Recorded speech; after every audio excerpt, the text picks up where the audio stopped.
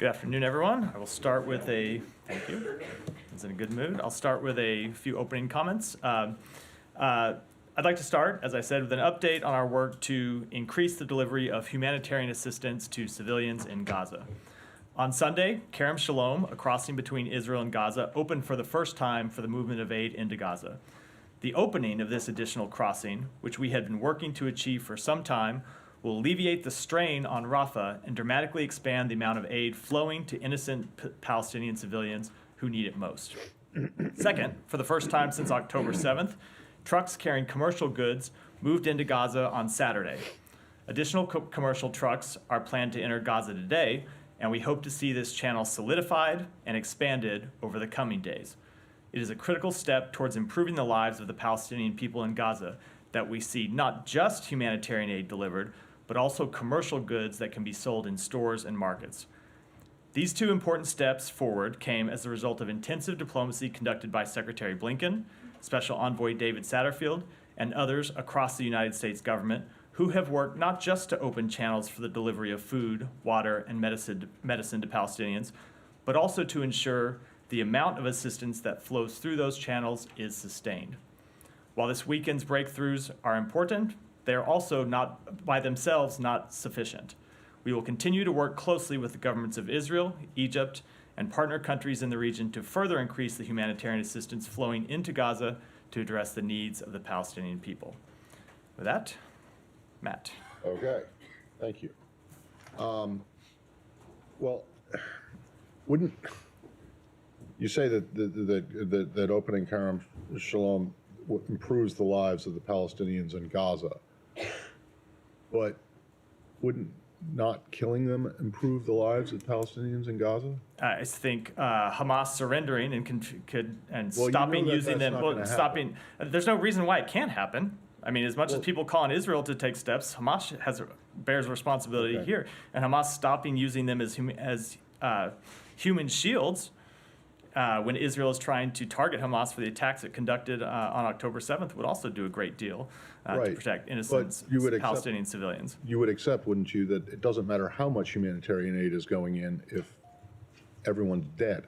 It is a very difficult situation we are in right now. We are trying to accomplish two things. Number one, to minimize civilian harm, to work with the Israeli government, the Israeli military on steps that they can take to protect civilians, including establishing deconfliction sites, and also to get humanitarian assistance in. That is also important to ensure that the Palestinian civilians who are there have food, water, medicine, other critical needs. Well, this was all in a lead up to a question that I was originally going to ask before you opened with that, which is, how are you guys going to vote on this UN Security Council resolution today? We are working through with countries on the Security Council right now what the final text of that resolution will be, and I don't have anything I can speak to now, I think some 3.5 hours before the vote. Do you think that there is any way that there could be language negotiated that would allow you to vote for it? Or is abstention the best that anyone can hope for? So there was a previous Security Council resolution around a month ago that we voted for as it relates to the conflict in Gaza. So we are always trying to get to a place where there's language that we agree with, that other Security Council members agree with. But right now, when we're in the middle of the negotiation process, I wouldn't want to speculate where it might. You don't want to handicap it and see what, where does it look right now? No, I think I'll wait and see how the vote how it goes later today. All right, thank you. It will depend on, of course, what the final status of the language is. Can I just clarify one thing on that? You said several hours before the vote. You are expecting a vote today. Some were saying that the vote could be postponed. It was our expectation. Of course, it could always be postponed. Sure. That was the original plan for it to be today, but of course, it could be postponed.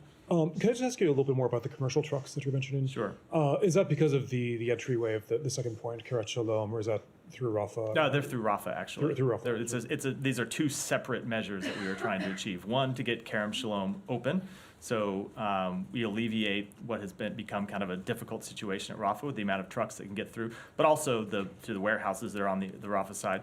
And two, commercial trucks, getting commercial traffic reflowing means that you have an additional source of assistance coming in, or it's not assistance, it's food and other goods. So you're not just relying on UN agencies and other humanitarian organizations to deliver critical goods. Is there just a little bit more detail you can offer about that in terms of what the commercial trucks are delivering? Who is supervising it? Which commercial entities? Not that I can do from here, I'd be happy to get back to you, but it is for the most part food. Yeah, Mary. Matt, just on CIA Chief Bill Burns has met with Qatari Prime Minister on the hostages. I'm wondering if there is anything you can offer on that. Is there any renewed optimism for a new deal on the hostages? So we would absolutely look to achieve a new humanitarian pause that would allow the release of hostages. The first one was a major priority for the United States. We worked to achieve it across a number of different channels.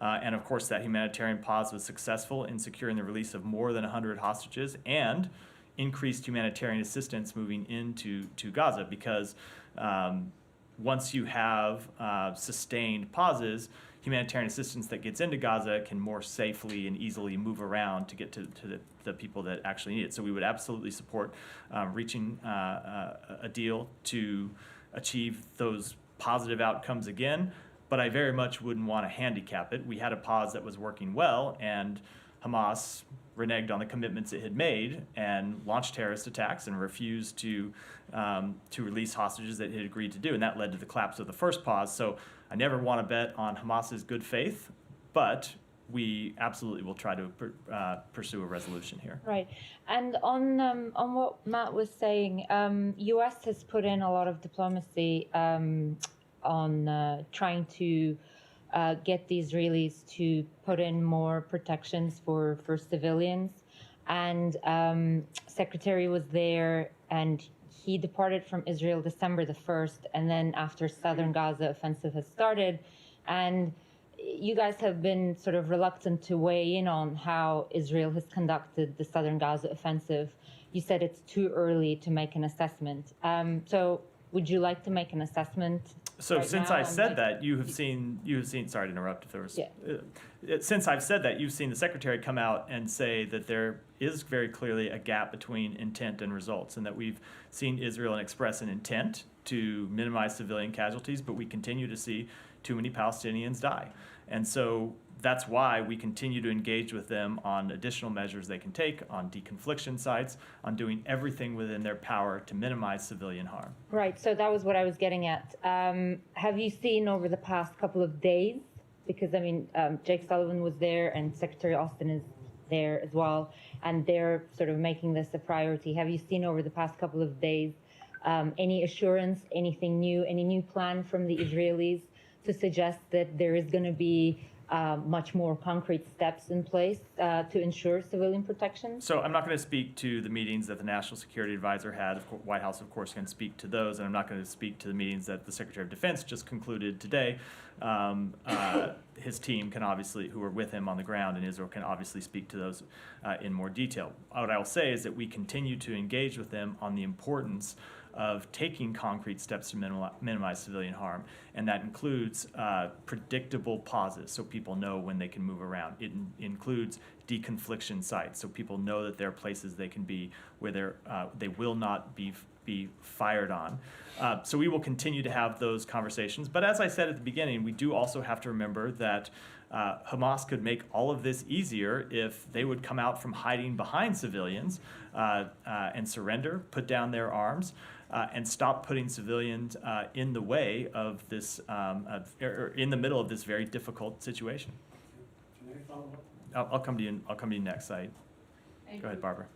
Do you see any substantive difference between the UK and German call for a sustainable ceasefire and the US position, which my understanding is that the war should not end until Hamas's military capability and leadership have been destroyed? So I will say, when I read that piece by the German and British foreign ministers, I saw very clearly they said that they do not support a ceasefire now because Israel has a legitimate right to defend itself and take action against a terrorist organization that has said it wants to continue to carry out attacks like the attacks of October 7th, but they would support at some point a sustainable ceasefire. I will say, on behalf of the United States, we of course want this conflict to end, and we want it to end in a way that ensures the security of the Israeli people, that ensures the security of the Palestinian people, and ultimately we think ending the conflict and leaving the plotters who planned the October 7th attacks in place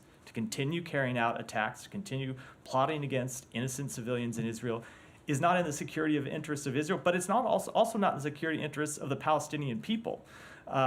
And it's not in the security interests of anyone in the region. So while we, of course, want to achieve an end to the fighting as soon as possible, we think that it's important that the Israeli government be able to continue to carry out the campaign, which has a very legitimate objective, which is to ensure that Hamas cannot continue to carry out attacks as it did on October 7th. The status quo that existed before October 7th obviously did not produce peace for Israel or the Palestinian people, and we think returning to that is not a positive step forward for the region. So it sounds like you're saying you basically, there's more that you agree on than disagree on in terms of the calling for a ceasefire, the UK and German. It sounds like you think you're on the same page. Again, you can characterize my remarks how you like. I would repeat what I just said. We have had close coordination with the German and British governments, and we'll continue to do so. But as I said, I took notice of the line in that piece where they very clearly said they are not calling for an immediate ceasefire for the same reasons that I just articulated. And one more question. Have you seen anything more from the Israelis about their claims of a major command and control center under Shifa Hospital? It was one of the things that they were putting forward in terms of explaining why, so many civilians were being killed and why the hospitals were being targeted or being caught in the line of crossfire. They did end up coming out with, I think, a bunker and a tunnel and a couple of guns, but it didn't really add up to what they had been advertising in terms of Hamas directing its operations from underneath hospitals. Obviously, they have a huge, sophisticated tunnel system. We saw some of that at Erez at the weekend, but the fact that Hamas is directing its operations from under hospitals and therefore they become part of the war. So have you seen anything more convincing from the Israelis than what they put out? Let me say a few things about that. Number one, we had evidence that Hamas was operating underneath Al-Shifa Hospital before Israel attacked, and made that clear before Israel launched its operation in the vicinity of the hospital, that we had seen evidence and believed it to be true, and we stand by that evidence. Number two, we did see we've seen things that the Israeli government has shown to us. We've seen the information that they've made public that do show bunkers underneath the hospital, that show tunnels underneath the hospital, and show recovered weapons from the hospital. The third thing I'll say is one of the reasons Hamas has an extensive tunnel network in the first place is so when Israel is targeting any one site, that they can move underground to extricate themselves from that site and make it to safety. That is the entire reason that they built this tunnel network. The fourth thing I will say is I don't think anyone should expect that a Hamas command and control center is going to look like the White House Situation Room. It's a terrorist organization who is hiding itself underground behind civilians, and I think to expect that it was going to look like what you see from a modern government is just not. I don't think that's. Well, but the Israelis released that video. Let me finish. I don't think is a realistic expectation. But that said, we are confident and remain confident, both based on what we knew before the operation and what we've seen since the operation, that Hamas was using Al-Shifa as a command and control post, as it uses other civilian sites to hide terrorist infrastructure, to hide weapons, to hide fighters, and ultimately to use civilians as human shields. Right. I would just add that, as you know, the Israelis did release these videos beforehand showing how sophisticated it all was, and it wasn't quite what they came up with. You can judge for yourself what what we saw versus that. I think it wasn't really a video, it was an animation, I think, but beforehand. But what we saw and what we knew to be the case before the operation at Al-Shifa confirmed to us that yes, Hamas was using it as a command and control. Can I just ask one more question? Let me go to Saeed. I said I'd come to. Thank you. Now, we know that because the former Israeli Prime Minister Ehud Barak said that we built this tunnel way back in the 80s. I believe he's. Let's Oh, hold on. not Hold even on. No, argue no, that. no, no, no, It's no. okay. Hold on, Saeed. If you're going to say something, I get to respond. He said that they built the bunker. Right. I don't think he said that expected that bunker to be used by Right. fighters Okay. as where civilians are on top as human shields. Those are very, just because you build something doesn't mean you expect it to be used by a terrorist organization hiding behind civilians. So it Right. doesn't really matter who built the initial Yeah, well, I bunker. think the evidence is quite thin on that. But anyway, let me ask you a couple So, of things. I can't let that go by. I can't let that go by without saying something. If you believe the evidence is quite thin, fine. But we remain quite convinced about what Al Shifa was used for. And I'll say, saw the cache of weapons, saw the cache of ammunition, and ultimately, as I said, are quite confident based on what we know that Hamas was operating under that hospital. Which again, I don't think is a very controversial statement. I think it's pretty well established. Remember, we did have that exchange where you asked me to did, send we did. articles, and I sent you did. the articles, Okay. not from the U.S. government, but from independent news outlets documenting. Do you have any evidence at all that any of the supplies that the U.S. put into Gaza pre-October 7th were used or this administration, previous administrations were used? Supplies in what? Well, construction material, that kind of thing. Not that I have seen. No, Can I- so none of the money and none of No. the money and none of the Not that I have goods seen. No. that went in. Not Can- not can- not that I have May I seen. just follow Go up with ahead. my questions? Now, you said that Israel's goal, a legitimate goal, as you called it, is to make sure that Hamas is unable to conduct anything similar to October. But I thought the stated goals early on were to decapitate Hamas, hunt its leaders, and basically, really free the hostages and, have a new regime. Have they achieved that? So are we shifting goals now? No, we are not shifting goals. Obviously, they have not achieved the release of all the hostages, which again, as I've said before, is Or not any so. of them? Or any of them? Or any of them by I'm saying there have been over 100 through hostage released. negotiations, but not by force. They did also execute a military operation quite early on where they rescued a hostage. But I don't think I don't think we should put the fact that Hamas continues to hold civilians hostage Right.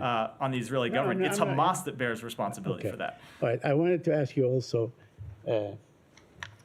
you said that nothing short of Hamas surrender, that's the suggestion, would end this conflict. That's in response So to- again, that's not the suggestion. All right, let me rephrase. It's not what I said. So Okay. go ahead. In response to Matt, you said that, when he said that, stopping the bombing could also save Palestinian lives or something to that effect. And you said Hamas could surrender and end it, right? So nothing short of Hamas total surrender could end the bombing. That's what I just wanted you to No, clarify that this is point. that is not what I said. I've made clear before that Israel is conducting legitimate military objectives that we believe are achievable, Okay. and All right. and capturing or killing the senior leadership of Hamas is achievable. But it's not the only way to achieve that. And my point in saying that about Hamas surrendering is that for all the questions we get, legitimate questions that we are happy to answer about Israel's military activities, it is Hamas that started this conflict. It is Hamas that hides behind civilians, and it is Hamas that could end it today if the people who were responsible for the murder of 1,200 civilians would come out and take responsibility for their actions and surrender and stop hiding behind civilians as human shields. Okay, well, first of all, the 1,200 include 311 soldiers, as Israel suggested. So they're not all civilians. But anyway, that's what they I said. don't believe the murder of No, I'm civilians with you. on I'm just October saying, 7th was just to- justified just to either. clarify. It I doesn't don't think we need to caveat it. Right, okay. Caveat But let me ask you something. How would this surrender, take shape? Because Hamas is not an army. It's not like we're not going to see what we saw, let's say, the Iraqis do in that famous tent and so on, or what the Japanese did on board of an American ship. So how would this surrender take shape? Would all fighters need to come out and lay their arms, all of them? We don't know how many of them, maybe 10,000, whatever. So they come and they say, now we surrender. Is that the shape, is that the form of surrender that you are asking? So let me give you a start. Yeah. Sinwar, the leader of Hamas, could come up from his tunnel today, Yeah. could lay down his arms and surrender himself and take responsibility. Now, I don't have any notion that he is about to do that. Right. He hasn't shown that he cares one whit for the Palestinian public up to date. So I have no reason to believe he would do that. But I make the point to again reinforce that Hamas does bear some responsibility, a great deal of responsibility for what happened here as the person who started this conflict in the first place. And my last There's the question on entity the, that on the started this journalists, the conflict. number of journalists. A lot of journalists have been killed, maybe 90 and so on. Do you have any doubt that that Israel intentionally targets journalists? So we have not seen evidence that So- Israel. Let me Yeah. usual rule. Let me finish. We have not seen any evidence that Israel is intentionally targeting journalists. Obviously, we have seen dozens of journalists die as a result of this conflict. Saw one, Samer Abu Daqqa Right. from Al Jazeera, who was just Right. killed in recent days. Right. And as we have said before, we mourn every journalist who has given their life in covering this conflict and bringing information to the American public and to people all around the world.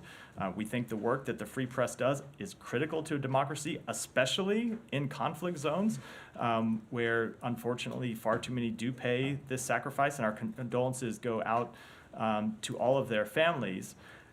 And there are cases where when we have seen actions that we thought warranted, we have raised questions with the Israeli government and sought more information. You saw us do that with respect to the Reuters journalist who was killed in Lebanon. And we will continue to do so, and we will continue to encourage Israel to comply with their own rules of engagement and comply with international humanitarian law. And if we ever see signs that they are not, we will of course be very clear about that with them. So Go ahead. Let me, last one, Saeed, because there are a lot of other people. You mentioned Samer Abu Daqqa. I mean, he was bleeding there for like 6 hours, and they sent in a crew to retrieve him. They were all shot dead. So they knew exactly where he was and what he was bleeding right there. People are trying to reach and retrieve him, and the Israeli army disallowed them from doing that. So wouldn't that be intentional? So again, as always, it's very difficult for me to comment from specific facts here. We're in an extremely challenging information space when you see different accounts about activities on the ground. But as I said, we continue to be clear with Israel that they must comply with all international humanitarian law. Thank you. Go ahead. Follow up on the journalists. No, I already go ahead. Thank you. So, a video of an Israeli soldier attacking and beating an Anadolu photographer, Mustafa Al-Haruf, in East Jerusalem while he was covering Friday prayers, while he was doing his job, went viral last week on social media. First of all, have you seen that video? And do you have any reactions to that? And after that video, showing that an Israeli soldier attacking a journalist with a camera doing his job, isn't it a sign that Israel is knowingly and deliberately attacking journalists? So let me say one statement at the start that is a general statement, not specific to this incident, and then I'll speak with specific to this incident. One thing is a general statement is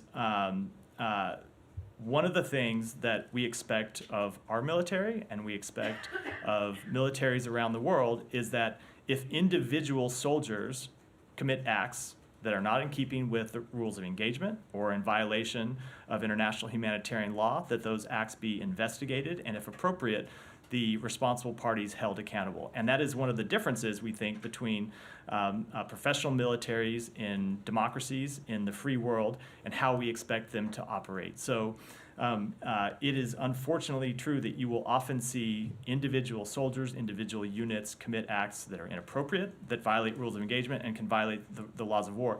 And what we expect is that the Israeli military or any other militaries, we expect of our own military, take the appropriate actions when they see such behavior. With respect to this specific incident, I did see the videos. We are deeply concerned by the disturbing images of the use of force against a journalist that was depicted in those videos.